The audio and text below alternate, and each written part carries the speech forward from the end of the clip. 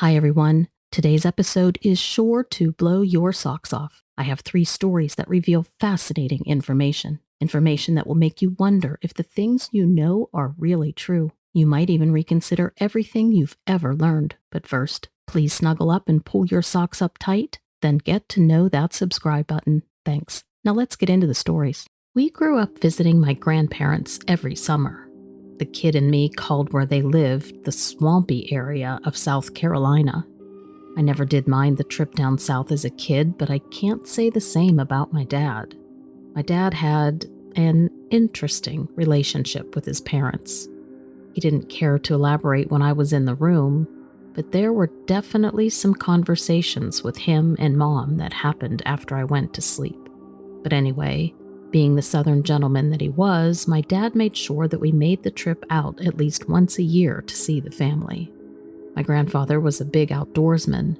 He and my grandma lived in a comfortable but modest little place nestled in the woods, surrounding a large swamp.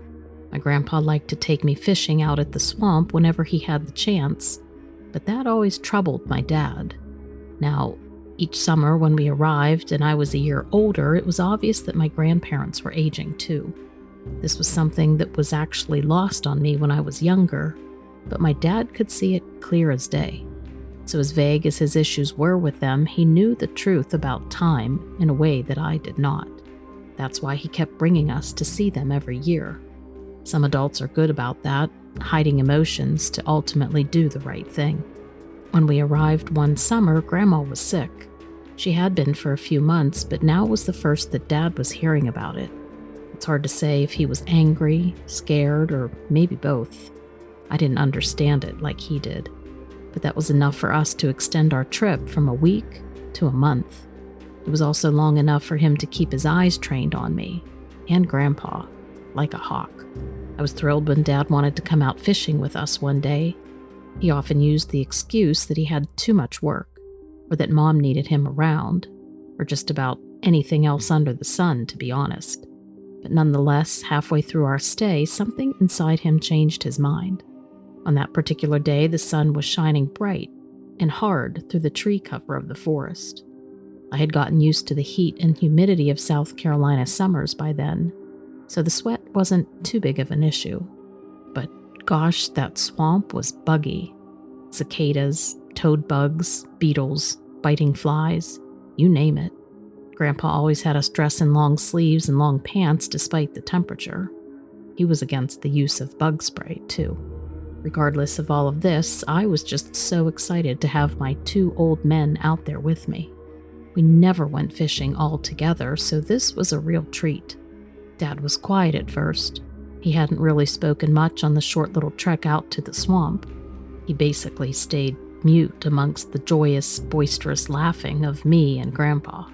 Grandpa said that Dad was generally uninterested in fishing when he was growing up here, and that he'd always wished for a kid like me to come along and enjoy nature with him. Well, when Dad heard him say that, he wasn't quiet anymore. In fact, he was really quick to jump in and defend himself. It wasn't the fishing, he said, but the swamp that he hated. And then it was Grandpa who was speechless. We had finally reached the fishing spot and spirits were low. I tried my best to keep things light for everybody's sake, but I knew that they had to work it out by themselves.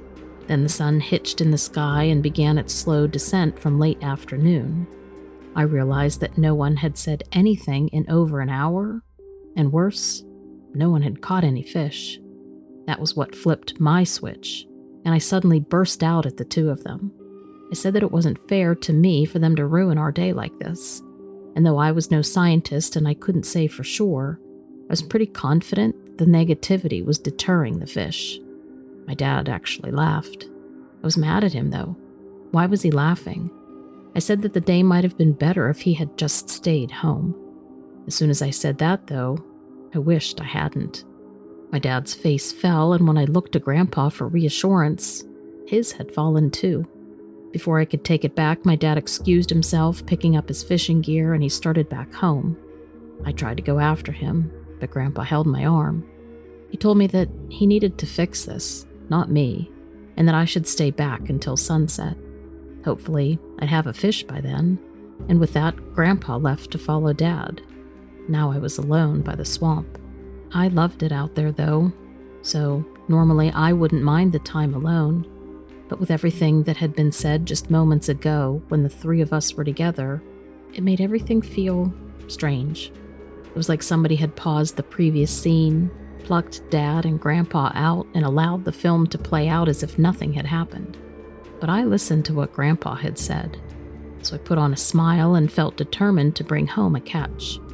My focus was on the swamp for a second before I saw something move in my peripheral vision. I thought it must have been Dad or Grandpa, but when I fixed my gaze at the moving figure, I could not have been more wrong. What I saw was a giant, mud-packed creature sulking behind a bush. Under the mud was a slimy layer of greenish-brown scales that coated the creature's huge, 8-foot-tall body. It was like a giant lizard, but it crouched on 2 feet, giving it some type of human resemblance. I didn't know what to think, or even where to start. My eyes were everywhere, taking this thing in with wonder. But its eyes, yellow and shining with unfiltered rage, terrified me. It was looking at me like I was a fish on a line, and my composure was how it reeled me in. It had been waiting to get me alone. For how long, though? Days? Weeks? Years? I didn't know. The longer I stayed still, the longer it had to plan its attack. I wriggled involuntarily. Maybe the fish metaphor had struck me a little too close. And then the thing shifted. I did not think after that. I just ran. I forgot about my pole and all the gear that belonged to Grandpa, and I sprinted through the marshy plants towards home. I could hear the thing pursuing me, gaining on me, preparing for me. But I could see the house just beyond the forest, and my feet just flew. I flung myself through the front door, panting and sweating, but I was pleased with what I saw. Dad and Grandpa sitting together at the kitchen table, talking. They had fixed it. When they saw my face, though, their calmness vanished.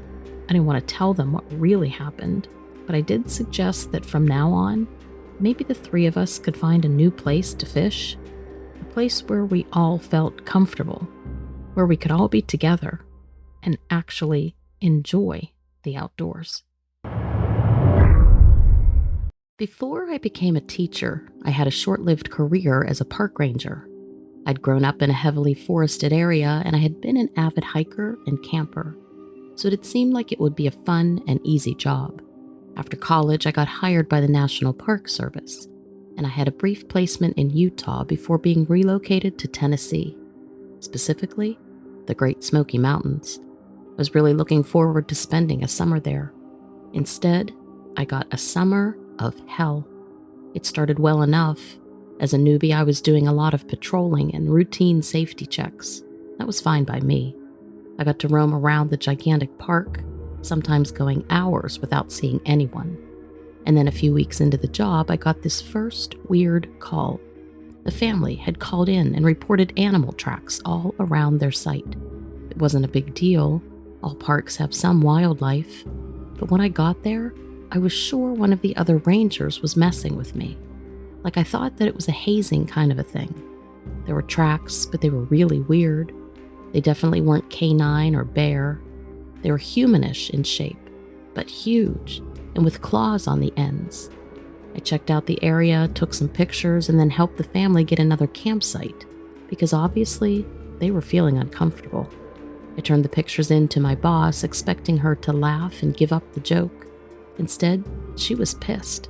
She thought I was the one playing a joke. I asked her to come out to the site with me, and amazingly, she agreed. But by the time we got there, it was the next day, and the rain that fell overnight had washed away the prints. 2 weeks later, I got another call, and this one was worse. The campsite was completely trashed. The tents were shredded and everything was destroyed. Luckily, the campers hadn't been there at the time, but they'd returned after a hike to total devastation. This camp was in a grassy area, so there weren't any footprints, but I did find some light brown tufts of fur on the ground. This time, my boss saw the destruction herself, but she marked it as a bear attack. A hungry bear looking for food, she said. but the fur didn't look anything like a bear's. Also, whatever had made the attack had gone after everything, even areas where there weren't any food. It was bizarre. It just didn't add up. And then, the final episode happened in early August. I say final because I couldn't deal after that. I got a call about a lost pet. The young couple had been walking their dog and it had slipped out of its collar and taken off into the woods. The couple was devastated, so I and a few of the other new rangers got picked to head into the woods to try to find the dog. We broke off into pairs, knowing that going too far off trail was dangerous. I was with Brian, a decent guy I had sort of become friends with the past few months. We walked for hours, doing our best to cover our area. We whistled and called, but we didn't see any sign of the dog. And then there were 2 hours of daylight left, and we hadn't gotten any other pressing calls, so we agreed to stay out looking for those 2 hours before going back to the parking lot. As the sun started setting, we turned around and made a beeline for the nearest trail. We still had maybe 20 minutes or so until we got there, and then 15 minutes on the trail itself. I felt bad about not finding the dog, but there was nothing else we could do. Halfway to the trail, we started hearing noises, growling noises, a low howl. The missing lab was a dog, so it was sort of promising, but they didn't sound like that. So we were alarmed and grabbed our bear spray, although it sounded more like a wolf. It was almost dusk, so inside the forest it was getting difficult to see. We looked around, but we couldn't identify the source of the sounds. So we just kept walking and hoping to leave whatever it was behind. And then at the same time, Brian and I noticed the tree. It looked like it had been mauled, huge scratch marks and missing branches, not unlike what a bear would do. I pulled out my flashlight and I looked around the base of the tree. There were footprints, but they weren't a bear. Just like the ones I had seen months ago, they were huge and humanoid, but with claws at the end and narrower. This time, though, someone else saw them. Brian's eyes got huge, and he started swearing. We were suddenly very aware that we were alone in the forest, and it was nearly nighttime, and we were still very far away from help. We picked up our pace, going as quickly as we could in the twilight, but we kept hearing crushing and grunting sounds that kept moving. Twice I saw a dark shape run past, but the trees made it impossible to see exactly what it was. But it was large and tall, which was concerning. It wasn't low to the ground like a bear. We were nearly running as we approached the trail, or where we thought the trail was. We had to be within yards of it when the creature barreled out of the woods and crashed right into us. I had a glimpse of a dog-like face before it knocked me into Brian, and we went tumbling down the slope together. We rolled for seconds before hitting a tree. I grabbed a large branch for a weapon, and we limped out of the forest, bruised and sore. It was well past dark by the time we got to the parking lot. The other rangers were waiting there for us, worried that we were so late. Under the lights, they could see that we were scraped up, and we explained what happened. But before they could even respond, I showed them a shallow claw mark on my shoulder where the creature had hit me. I told them that it was some kind of a wolf or a dog, but walking upright because I had no idea how else to describe it. And it was the truth anyway. Even though I had Brian backing me up, they didn't believe us. My boss was pissed at me again and threatened to reassign me, but instead, I quit. I had had enough of whatever the hell monster was roaming in those woods. Coincidentally, the poor couple never did find their dog. This next story takes place in 1975. I grew up on a farm in Tennessee surrounded by dense trees and vegetation. When I was little, we played outside on the farm and in the trees, but that all changed in the fall of '75. We were surrounded by cornfields getting ready for harvest. Corn stood 6 to 7 feet tall, and you could literally get lost in it. We sometimes did when playing hide and seek with my cousins. My sister and I had horses, and we loved to go riding. We would explore the woods and the cornfields. That day, we took the horses down a farm road around this grove of trees and got ready to race once we hit the corner. My sister was only around 10 years old, so I kept a good eye on her, but she could handle horses well. We got 2 posts away from the corner, and the horses cut loose. But as we went to turn, they stopped dead mid-lope and suddenly reared up, knocking us both off. I still hung on to the reins and quickly got up to help my sister. She grabbed her horse. It was backing away, throwing its head. Mine was acting the same way. I struggled to get my sister up on her horse and keeping control of mine as it turned in circles. As I turned in circles trying to calm the horse, I saw it. All I said was, "Get on your horse," and threw my sister onto her saddle. She started crying, terrified. I let her horse go so it shot back to the farm like a racehorse at the gate. Luckily, she was able to hold on and made it back to the barn safely. I struggled to get on mine as I couldn't take my eyes off the thing at the edge of the woods. It was huge and hid behind a cedar. I couldn't really see its eyes, but I know it was watching me. I finally got on my horse, absolutely terrified. I let my horse go and she shot off towards home. Dad was already coming out of the house as my sister was screaming, "There's something in the woods! There's something in the woods!" I wasn't faring much better, crying in terror. We were kids and freaking out as kids do. My sister was clinging to my dad. The horses were worked up and still wide-eyed and trying to get away. Dad told us to get them in the barn until they calmed. We ran back as Dad came out with a shotgun and said, "Show me where it's at." Being kids and under the impression that my dad was invincible, we did as we were told. It was terrifying, though, the thought of going back. So my little sister stayed with my mom. Dad drove the truck to where we saw it. My brother came too. But of course it was gone. Nothing.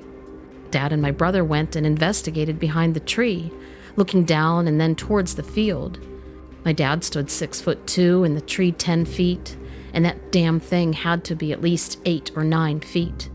They finally came back and told me it was my imagination, but I swear to God it was there and it was real. The next day, a couple of neighbor kids and I, armed with a shovel and an axe, searched those trees for the thing that had terrified us. We went to that tree. The heavy leaf cover was all messed up and I saw scratches on the tree. Dad later said it was just them scratching there, and I didn't argue. My dad was never a liar, ever. He passed away in 2018, and sometime after he died, my mom told my sister and I a story we couldn't believe. After we had seen whatever that creature was, a few weeks later my dad came home from playing cards with friends and neighbors in town. He parked in the garage, which wasn't connected to the house.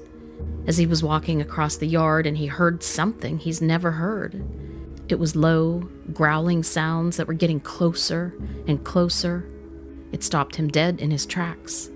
As he looked around, he felt like it was mocking him, making the sounds, but he couldn't tell what direction they were coming from. He told my mom he felt a darkness and fear like he had never felt before. He didn't want to scare us any more than we already were, but my dad was scared, and he told my mom, "Don't let the kids go in the woods." He kept the shotgun out that night and never usually did that. We weren't allowed into the woods, which was hard to do because the farm was surrounded by them.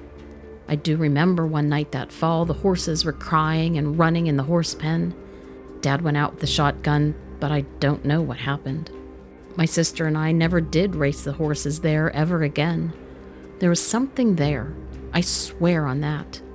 Thanks for listening. I've never told this story to anyone. I was scared to tell anybody until now.